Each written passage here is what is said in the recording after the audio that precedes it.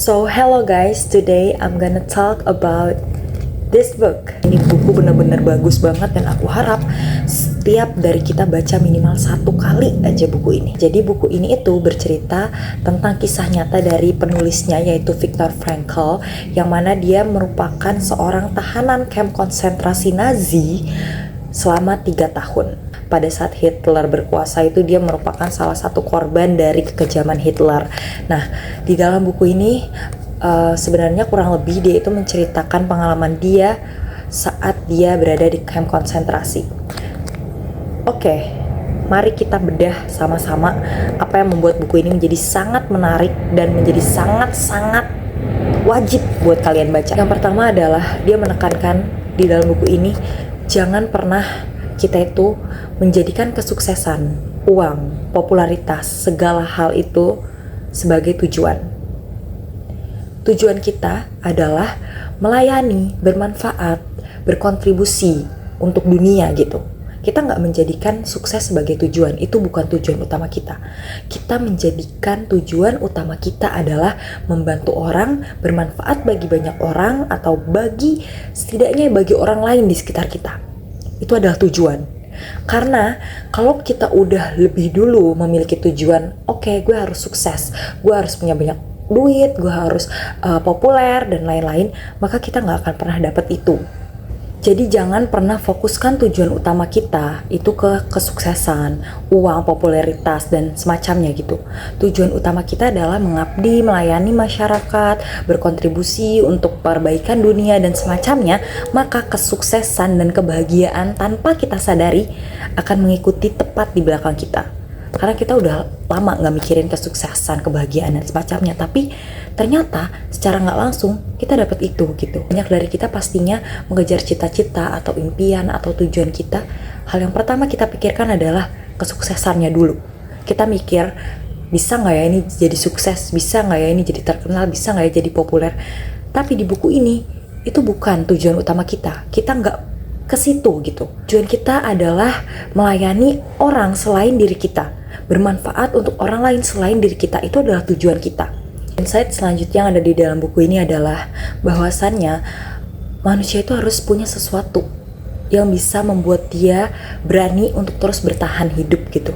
Dia tuh harus punya pegangan yang bisa bikin dia walaupun di dalam kekacauan dan penderitaan, dia itu akan tetap berdiri tegak menghadapi segala halang rintangan karena dia punya pegangan ini. Pegangan yang dimaksud adalah makna hidup. Jadi buku ini pengen kita semua sebagai manusia punya makna hidup. Sehingga dengan makna hidup yang kita pegang, segala penderitaan, segala kesukaran, segala kesusahan itu gak akan menggoyahkan hidup kita. Karena kita tahu apa yang kita cari, apa yang kita mau, apa yang ingin kita lakukan. Maka akan menjadi salah sebenarnya ketika orang bilang, ketika mungkin ada kalimat yang gue akan mulai bahagia nanti pas gue udah gak menderita, gue akan mulai menikmati hidup gue nanti saat gue udah gak susah, dan hal-hal seperti itu nggak relevan dengan hal yang ada di buku ini. Karena dalam buku ini bahkan di dalam penderitaan pun, orang yang punya makna hidup, orang yang tahu apa tujuan hidupnya, dia akan tetap bisa untuk berjuang dan bangkit dalam keterpurukan. Akan beda halnya dengan katakanlah orang yang sebenarnya di mata orang lain punya segalanya, punya uang, punya ketenaran, punya popularitas, punya banyak hal yang banyak orang mau gitu, tapi dia menderita, tapi dia nggak tahu apa yang mau dia lakuin, tapi dia merasa hampa, dia merasa kosong karena dia nggak tahu apa makna hidupnya. Dan di sini lagi-lagi gue menemukan benang merah terkait teori yang ada di buku ini dengan satu hal yang sudah Islam berikan. Islam sudah memberikan setiap orang-orang Muslim makna hidup. As we know, Allah tidak menciptakan jin dan manusia selain untuk beribadah kepadanya. So sebenarnya orang Islam gak usah bingung, orang Islam gak usah pusing apa makna hidup dia. Karena bahkan makna hidup dia pun sudah Allah berikan gitu. Nah, buat teman-teman, temukan makna hidup kalian. Selain untuk ibadah, yang of course ibadah itu banyak sekali spektrumnya. Kalian bermanfaat untuk orang lain itu bisa menjadi ibadah untuk kalian. Kalian berbakti kepada kedua orang tua kalian itu menjadi ibadah buat kalian. Ibadah itu luas gitu, sehingga orang muslim itu seharusnya nggak bingung lagi hidup dia tuh mau dibawa kemana, hidup dia tuh mau buat apa gitu. Karena bahkan dia udah dikasih kisi-kisi sama Tuhannya, sehingga penderitaan itu gak bisa sebenarnya mematahkan semangat untuk terus hidup bagi orang-orang yang punya makna hidup. Ada satu quotes yang aku suka banget di dalam buku ini. Buku ini tuh bilang, jangan harapkan sesuatu dari hidup. Sebaliknya, biarkan hidup yang mengharapkan sesuatu dari kita. Itu quotes yang bener-bener aku suka banget sampai aku hafal gitu. Karena ya benar, banyak dari orang, banyak dari kita itu mengharapkan apa sih yang bisa hidup kasih ke kita gitu. Apa yang mau hidup berikan untuk kita. Tanpa kita sadari sebenarnya hidup itu sebaliknya. Dia meminta apa yang bisa kita kasih ke dia. Apa yang bisa kita kontribusikan kepada dia gitu. Ini buku yang ditulis oleh orang yang selama 3 tahun, kalau dalam kacamata manusia itu hidup di bawah tekanan dan penderitaan. Dia hidup di camp konsentrasi Nazi. Bahkan untuk makan dia cuma makan 1 kali pakai roti yang kecil dan 1 mangkok sup yang encer. Ketika orang yang menderita dan mungkin kemudian dia kebingungan, keletihan, kecapean, terpuruk, mungkin salah satu hal yang bisa membuat dia seperti itu adalah dia belum menemukan makna hidupnya. Padahal keluar dari penderitaan itu bisa menjadi makna hidup bagi dia. Di dalam buku ini, dia bilang kalau ada 3 cara yang bisa ditempuh dalam menemukan makna hidup. Yang pertama itu melalui pekerjaan atau perbuatan. Yang kedua, dengan mengalami sesuatu atau melalui seseorang.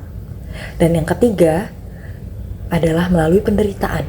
Nah, tetapi di garis bawahi lagi terkait penderitaan. Penderitaan yang dimaksud di sini adalah penderitaan yang tidak terelakkan, yang dalam artian manusia itu tidak bisa mengubah kondisi itu, karena itu memang kondisi bawaan, kondisi yang tidak bisa dipungkiri.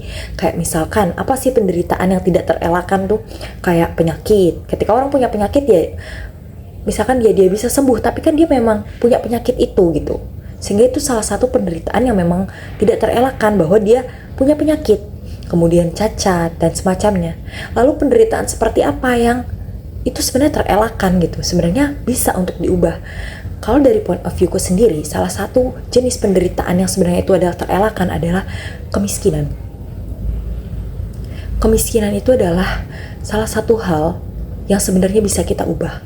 Ketika kita mau bekerja keras, atau at least ketika kita mau berusaha untuk mencoba keluar dari belenggu kemiskinan, maka sebenarnya kemiskinan itu bisa kita ubah gitu. Mungkin nggak langsung, nggak tiba-tiba menjadi kaya raya, jadi miliarder, tapi setidaknya kehidupannya bisa menjadi lebih baik. Makanya teman-teman yang mungkin berada di kondisi yang ekonomi di bawah gitu, jangan berpikir bahwa penderitaan ini adalah oh ya udah aku memang ditakdirkan miskin, aku memang ditakdirkan seperti ini. Itu justru menderita dengan cara yang konyol. Karena kemiskinan itu setidaknya bisa teman-teman ubah. Gak harus jadi kaya. Aku gak bilang orang miskin bisa jadi miliarder, bisa jadi jutawan, tapi seenggaknya sebenarnya kalian bisa untuk mengubah kehidupan kalian menjadi lebih baik dengan cara apapun. Banyak cara, kerja keras, pendidikan, tapi memang butuh perjuangan. Makanya apakah mau untuk berjuang dari belenggu penderitaan itu?